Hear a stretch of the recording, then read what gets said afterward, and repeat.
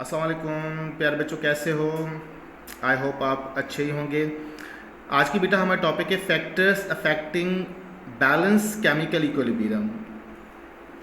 है क्या और इसके मुतालिक किसने हमें बतलाया? इससे मुतालिक हमें बतलाया ली चैटलर ने, और इन्होंने एक प्रिंसिपल दिया था जिसको हम ली चैटलर प्रिंसिपल ही बोलते हैं। एक्चुअली इक्विलिब्रियम पर एक केमिकल इक्विलिब्रियम पर अगर कोई केमिकल रिएक्शन जा रहा हो तो हम उसको किस तरह से जो है वो मेंटेन करेंगे। As a quality control officer हमारा काम क्या है? हमें ज़्यादा से ज़्यादा प्रोडक्ट चाहिए। अगर हमें ज़्यादा से ज़्यादा प्रोडक्ट चाहिए तो हमें इस प्रिंसिपल को फॉलो करना चाहिए होगा। वजह ये है कि कौन से फैक्टर्स जो है वो इस डायरेक्शन को चेंज करते हैं, यानी कि प्रोडक्ट की तरफ कोई रिएक्शन जा रहा है या कि रिएक्टेंट की तरफ जा रहा है, हम चाहते हैं कि इसके रिवर्स जाएं, या हम चाहते हैं प्रोडक्ट ज़्यादा मिले, या हम चाहते हैं प्रोडक्ट जो है वो बस इनफ हो गई है। तो ये तमाम चीज़ें हम इसी ही प्रिंसिपल के अंदर सीखेंगे। वो कौन से फैक्टर हैं जो इक्विलिब्रियम को डिस्टर्ब करते हैं, इन तमाम चीज़ों की हम यहाँ पर स्टडी करेंगे। एक छोटा सा पैराग्राफ अगर आप स्टडी करें, वो हमारे फेडरल बोर्ड में एक छोटा सा पैराग्राफ लिखा हुआ है, मैं आपको यहाँ से पढ़ के दिखाता हूँ कि इक्विलिब्रियम की एप्लीकेशन से कंसर्न हम स्टडी क्यों करते हैं। Factors affecting equilibrium, it is necessary to understand the factors that control the position of chemical equilibrium. A knowledge of such a factor help the industrial chemist. That's very important. ये पूरी कहानी क्या है बेटा?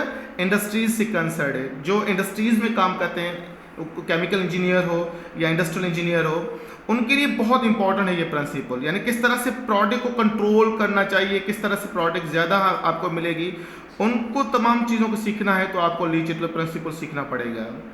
Chemist choose the condition which favour the desired product as much as possible. यानी कि जो आप प्रोडक्ट चाहते हो, जो डिज़ायर प्रोडक्ट चाहते हो, जिस कंडीशन में चाहते हो, वो आपको किस तरह से पॉसिबल होगी। अगर ये आपको नॉलेज सीखनी है तो आप इनके फैक्टर ज़रूर सीखोगे।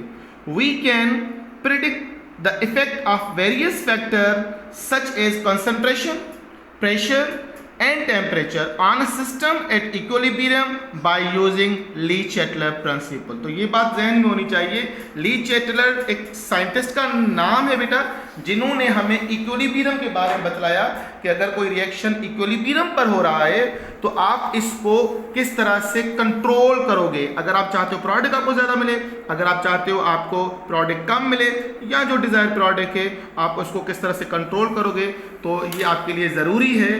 क्या ज़रूरी है? कि ली चैटलर प्रिंसिपल की स्टडी आप करोगे। ली चैटलर की स्टडी के बगैर आप प्रोडक्ट ज़्यादा हासिल नहीं कर सकते। तो स्टार्ट करते हैं इसकी डेफिनेशन की तरफ। इसकी जो फैमिली डेफिनेशन है उसकी तरफ फोकस करते हैं। When a constraint, जिसको हम स्ट्रेस भी बोलते हैं, in a direction is applied to system in a equilibrium, the equilibrium position change so as to undo the stress. इसका मतलब क्या होगा?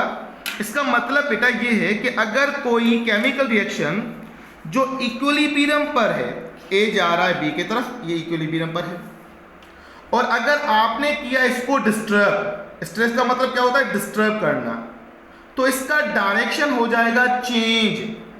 अगर मैंने इसको डिस्टर्ब किया तो इसका डायरेक्शन क्या हो जाएगा? चेंज होगा। पर चेंज कंटिन्यूसली चेंज रहेगा? नो। कब तक चेंज रहेगा? So as to undo the stress. इसका मतलब जो कंप्यूटर स्टूडेंट्स हैं उनको ज़्यादा पता होता है अनडू का मतलब क्या होता है। कंप्यूटर में एक बटन लगा होता है अनडू, इसका मतलब है चेंज देयर ओरिजिन। यानी कि अगर कोई लाइन आपसे डिलीट हो गई है, आप अनडू जो है बटन दबाओगे तो दोबारा उसी पॉइंट पे आ जाओगे। जो डिलीट कर चुके थे लाइन वो दोबारा आ जाएगी। यानी कि जो आपने डिस्टर्बेंस पैदा की है वो कुछ टाइम के बाद अपने डायरेक्शन में आ जाएगी। यानी कि एक बंदा है जो एक डायरेक्शन में जा रहा है, अपने स्पीड से जा रहा है स्ट्रेट, आपने इसको धक्का दिया, उसकी स्पीड बढ़ गई, मगर जो बढ़ी हुई स्पीड है क्या वो कंटिन्यूसली रहेगी? नहीं, कुछ टाइम के बाद वो ही उसी स्पीड में आ जाएगा। तो इसे कहने का मतलब ये कि अगर कोई रिएक्शन जो इक्विलिब्रियम पर चल रहा हो, अगर आपने किया डिस्टर्ब, तो उसका डायरेक्शन हो जाएगा चेंज, पर कुछ टाइम के बाद वो अपनी जगह पर आ जाएगा। तो इसके कहने का मतलब ये था। अब डिस्टर्बेंस फैक्टर कौन से हैं बेटा? पहला फैक्टर है हमारे पास बेटा इफेक्ट ऑफ कंसंट्रेशन, जिसे हम ली चैटलर अपना लॉ ऑफ मास एक्शन भी बोलते हैं। अगर कोई रिएक्शन है ए जो रिएक्शन कर रहा है बी के साथ और प्रोडक्ट बना रहा है सी और डी, तो जैसा हम डिस्कस कर चुके हैं कि अगर आपने कंसंट्रेशन रिएक्टेंट की बढ़ाई तो प्रोडक्ट की आपको ज़्यादा जो है वो एक्टिव मास मिलेगा। अगर एक्टिव मास आपने सी डी बढ़ाया तो ए बी आपको ज़्यादा मिलेगा। यानी अगर आपने ए और बी का एक्टिव मास बढ़ाया यानी कंसंट्रेशन बढ़ाई तो आपको सी एंड डी ज़्यादा मिलेगी।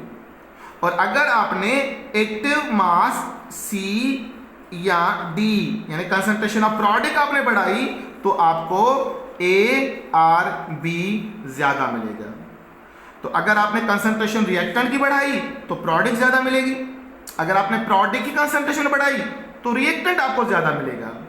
If you increase the concentration of A और बी, अगर ए की कंसंट्रेशन बढ़ाते हो या कि बी की बढ़ाते हो तो आपको सी डी की कंसंट्रेशन ज़्यादा मिलेगी। और इसी को ही हम लॉ ऑफ मास एक्शन बोलते हैं। वेरी सिंपल था।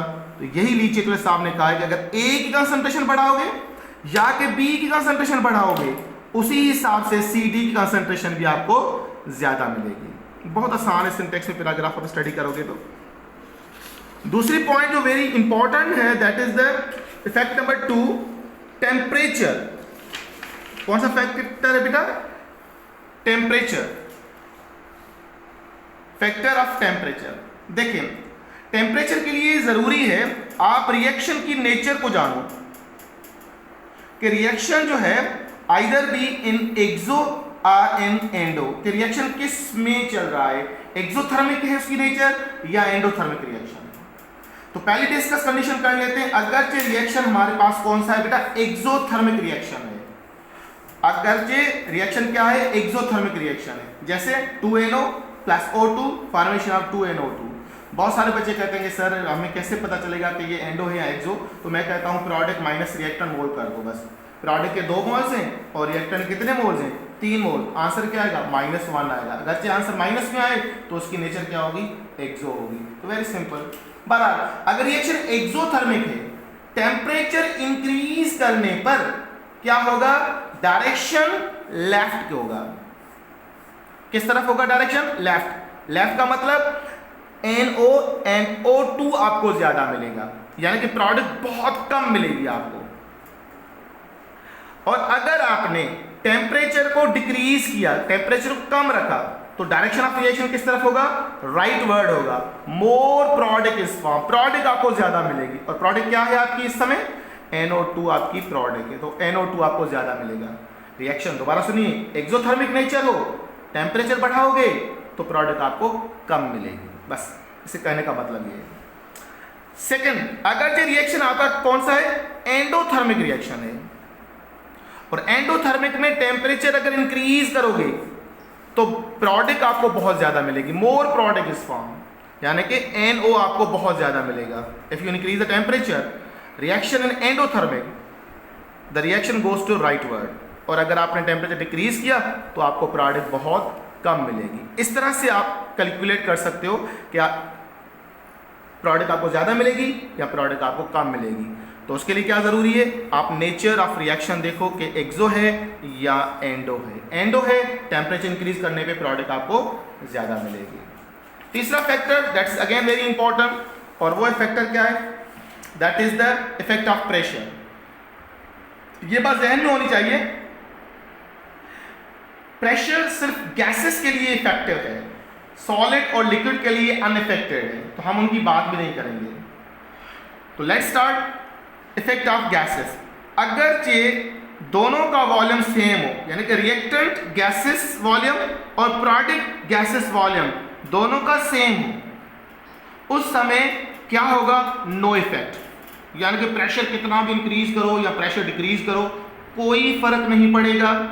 दोबारा गौर से सुनिएगा, अगरचे रिएक्टेंट के मोल्स बराबर हों प्रोडक्ट मोल्स के, तो उस समय याद रहे प्रेशर का कोई फर्क नहीं पड़ेगा।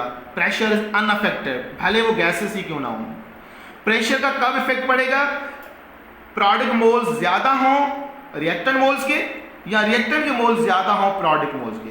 तो पहली कंडीशन डिस्कस कर लेते हैं। अगरचे प्रोडक्ट मोल्स ज्यादा हों रिएक्टेंट मोल से, product moles greater than reactant mole, तो क्या होगा? प्रेशर इंक्रीज करने पर लेफ्ट डायरेक्शन होगा, यानी कि O3 आपको ज्यादा मिलेगा। अगर प्रोडक्ट के मोल ज्यादा हों, यहां पर 3 मोल्स हैं और यहां पर 2 मोल्स हैं, तो मैंने कहा प्रोडक्ट के मोल ज्यादा हों, प्रेशर इंक्रीज करने पर क्या होगा? डायरेक्शन लेफ्ट तरफ होगा, यानी कि आपको रिएक्टेंट ज्यादा मिलेगा, प्रोडक्ट कम मिलेगी आपको। दूसरी कंडीशन, इस समय प्रेशर अगर आप डिक्रीज करोगे तो रिएक्शन राइट की तरफ होगा, मोर प्रोडक्ट इज फॉर्म।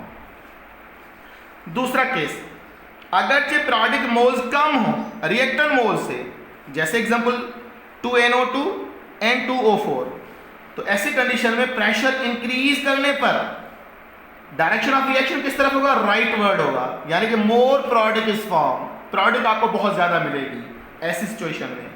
और अगर आपने किया डिक्रीज तो डायरेक्शन होगा लेफ्ट के तरफ। NO2 आपको बहुत जो है वो ज्यादा मिलेगा इस केस के अंदर। प्रेशर अगर आपने किया इंक्रीज तो राइट वर्ड डायरेक्शन होगा, और डिक्रीज किया तो लेफ्ट वर्ड होगा, रिएक्टेंट ज्यादा मिलेगा, प्रोडक्ट आपको बहुत कम मिलेगा। और चौथा फैक्टर सिंटेक्स के मुताबिक हमारा क्या है? That is called catalyst. Catalyst का कोई फर्क नहीं पड़ता, ये बात ज़हन में होनी चाहिए। डायरेक्शन ऑफ रिएक्शन पे कोई फर्क नहीं पड़ेगा। कैटलिस्ट सिर्फ स्पीड अप ऑफ रिएक्शन कर सकता है, इंक्रीज करेगा या डिक्रीज करेगा, पर डायरेक्शन को चेंज नहीं कर सकता। तो ये जो है वो कुछ फैक्टर्स थे, और आगे हम डिस्कस करेंगे that is the application of industrial application of Le Chatelier principle. तो अगर कोई पॉइंट रह गई हो या समझ में कम आई हो तो कमेंट ज़रूर कीजिएगा। अपना ख्याल कीजिएगा बेटा। अल्लाह हाफिज़।